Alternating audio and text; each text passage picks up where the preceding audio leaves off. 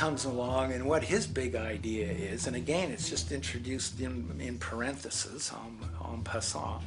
You know, when people put out the goods for sale and others, you know, the supply, and other people buy them with the demand and so forth, how do we have supply equaling demand or demand equaling supply? How can they come into equilibrium? And that is one of the central notions of economics, is how do they come into equilibrium? And he says it's the invisible hand of the market that brings them into equilibrium. So now we have God is actually immanent. He just didn't give the rights to property and how, you know, all its wherewithal and its natural rights of doing all that Locke said. Now we have the system itself as God. In fact, Smith says, when he talks, and you'll never find this quoted, you have to read the whole of the Inquiry into the Wealth of Nations. He says, the scantiness of subsistence sets limits to the reproduction of the poor, and that nature can deal with this in no other way than elimination of their children. So he anticipated evolutionary theory in the worst sense. This is well before Darwin. And so he called them the race of laborers. So you can see there was inherent racism built in here. There was an inherent acceptance, life blindness to kill innumerable children. And he thought, well, that's the invisible hand making supply meet demand and demand meet supply. So see how wise God is. So you can see a lot of the really virulent, life-destructive, eco-genocidal things that are going on now have, in a way, a thought gene back in Smith too. When we reflect on the original concept of the so-called free market capitalist system, as initiated by early economic philosophers such as Adam Smith, we see that the original intent of a market was based around real, tangible, life-supporting goods for trade. Adam Smith never fathomed that the most profitable economic sector on the planet would eventually be in the arena of financial trading, or so-called investment, where money itself is simply gained by the movement of other money in an arbitrary game which holds zero productive merit to society. Yet, regardless of Smith's intent, the door for such seemingly anomalous advents was left wide open by one fundamental tenet of this theory. Money is treated as a commodity in and of itself. Today, in every economy of the world, regardless of the social system they claim, money is pursued for the sake of money and nothing else. The underlying idea, which was mysteriously qualified by Adam Smith with his religious declaration of the invisible hand, is that the narrow, self-interested pursuit of this fictional commodity will somehow magically manifest human and social well-being and progress. The reality is that the monetary incentive interest, or what some have termed the money sequence of value, has now completely decoupled from the foundational life interest, which could be termed the life sequence of value. What has happened is that there's a complete confusion in economic doctrine between those two sequences. They think that the money sequence of value delivers the life sequence of value, and that's why they say if more goods are sold, if GDPs rise and so forth, therefore there'll be more well-being, enhanced well-being. We take the GDP to be basically our indicator of social health. Well, there you see the confusion. It's talking about money sequences of value, that is all the receipts, all the revenues that are derived from selling goods, and they're confusing that with life reproduction, so that you have built right into this thing from the beginning is a complete conflation of the money and life sequences of value. So we're dealing with a kind of structured delusion that becomes more and more deadly as the money sequence decouples from producing anything at all. So it's a system disorder, and the system disorder seems to be fatal.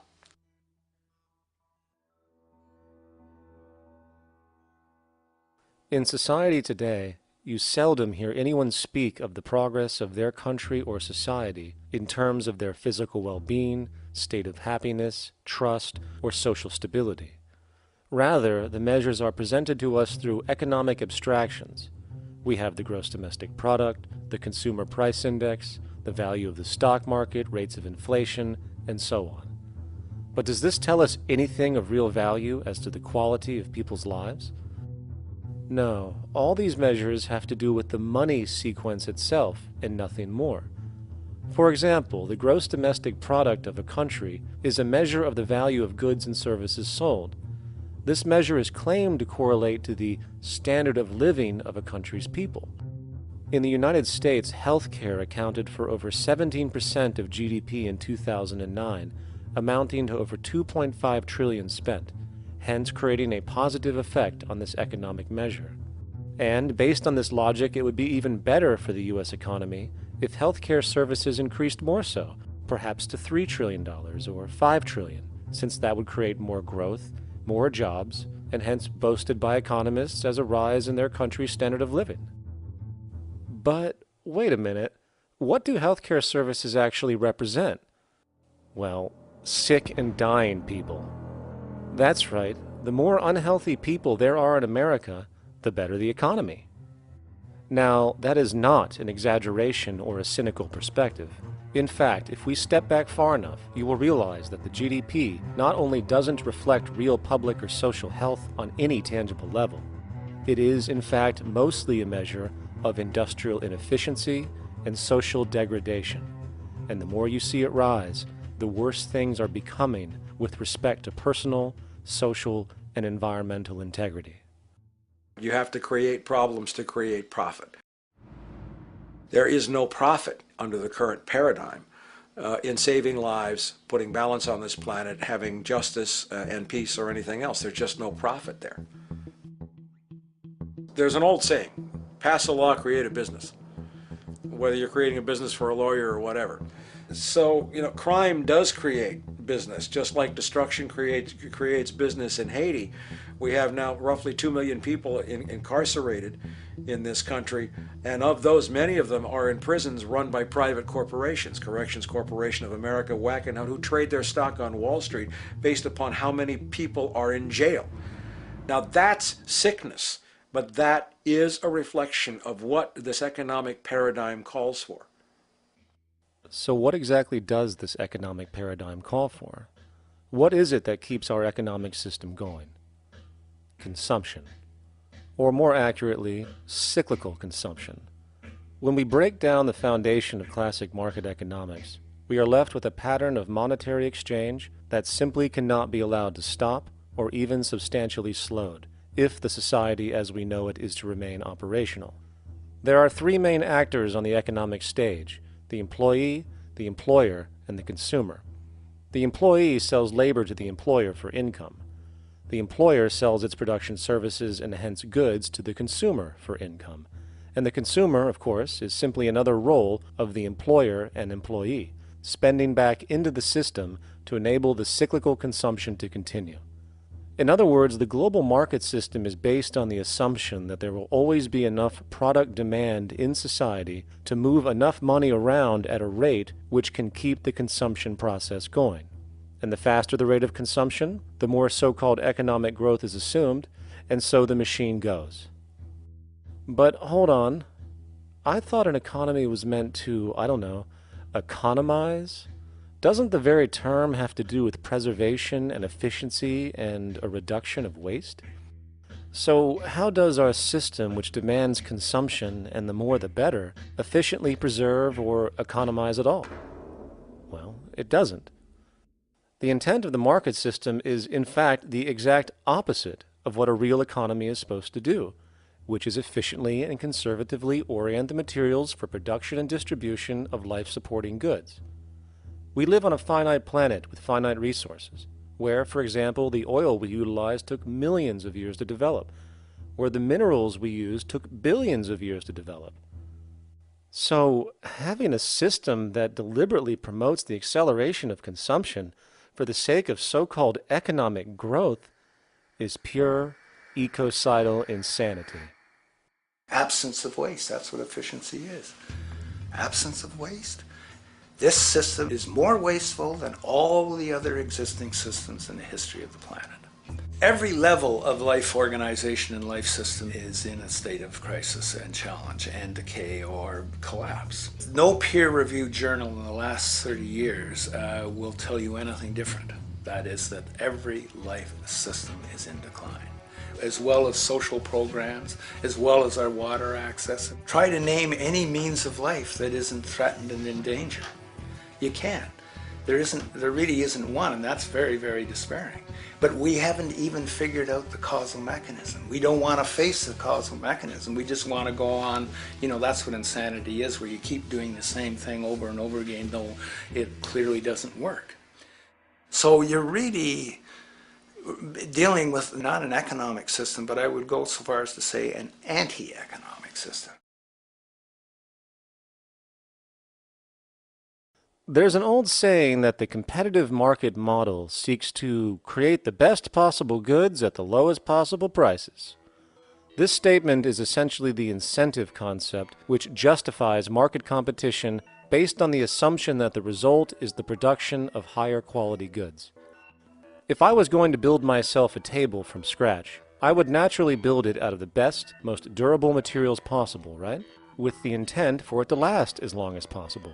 Why would I want to make something poor, knowing I would have to eventually do it again and expend more materials and more energy? Well, as rational as that may seem in the physical world, when it comes to the market world, it is not only explicitly irrational, it is not even an option. It is technically impossible to produce the best of anything if a company is to maintain a competitive edge and hence remain affordable to the consumer. Literally everything created and set for sale in the global economy is immediately inferior the moment it is produced, for it is a mathematical impossibility to make the most scientifically advanced, efficient, and strategically sustainable products. This is due to the fact that the market system requires that cost efficiency, or the need to reduce expenses, exist at every stage of production, from the cost of labor to the cost of materials and packaging, and so on. This competitive strategy, of course, is to make sure the public buys their goods rather than from a competing producer, which is doing the exact same thing to also make their goods both competitive and affordable. This immutably wasteful consequence of the system could be termed intrinsic obsolescence. However, this is only one part of a larger problem. A fundamental governing principle of market economics, one that you will not find in any textbook, by the way, is the following. Nothing produced can be allowed to maintain a lifespan longer than what can be endured in order to continue cyclical consumption. In other words, it is critical that stuff break down, fail, and expire within a certain amount of time. This is termed planned obsolescence. Planned obsolescence is the backbone of the underlying market strategy of every goods-producing corporation in existence. While very few, of course, would admit to such a strategy outright, what they do is mask it within the intrinsic obsolescence phenomenon just discussed, while often ignoring or even suppressing new advents in technology which might create a more sustainable, durable good.